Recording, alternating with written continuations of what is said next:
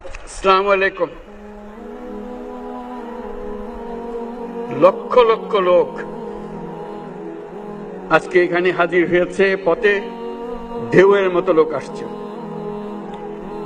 সারা বাংলাদেশ জুড়ে কোটি কোটি মানুষ আজকে এই মুহূর্তের জন্য অপেক্ষা করছে। তারা তাকিয়ে আছে হাদির কথা শোনার জন্য। আজকে বিদেশে যারা আছে বাংলাদেশি, এই মুহূর্তে তারাও হাদির কথা জানতে চায়। প্রিয় ওসমান হাদি, তোমাকে আমরা বিদায় দিতে আসি নাই এখানে। তুমি আমাদের বুকের ভেতরে আছো এবং চিরদিন বাংলাদেশ যতদিন আছে তুমি সকল বাংলাদেশির বুকের মধ্যে থাকবে। এটা কেউ সরাতে পারবে না। আমরা আজকে তোমাকে প্রিয় হাদি বিদায় দিতে আসিনি।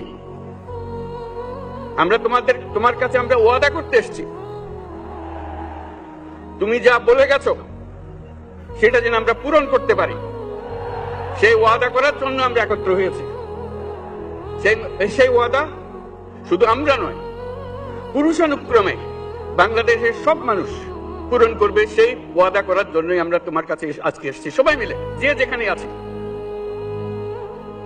আমরা তোমার যে মানব প্রেম, তোমার যে ভঙ্গি, মানুষের সঙ্গে উঠা বসা, তোমার যে রাজনৈতিক দৃষ্টিভঙ্গি, সবাই প্রশংসা করছে।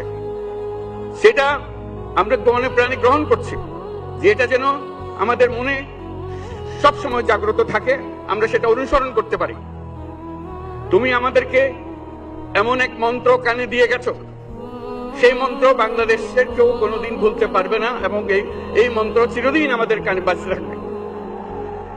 সেই মন্ত্র বাংলাদেশের বড় মন্ত্র হয়ে আমাদের জাতির সঙ্গে সংযুক্ত থাকবে। তোমার মন্ত্র ছিল চলো বলবীর চির উন্নত মমশির।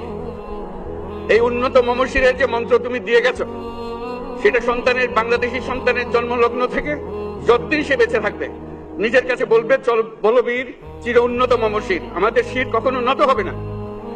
সেই মন্ত্র তুমি আমাদেরকে দিয়ে গেছো, আমাদের সব কাজে সেটা আমরা প্রমাণ করব। আমরা দুনিয়ার সামনে মাথা উঁচু করে চলবো, কারো কাছে মাথা নত করবো না। সেই মন্ত্র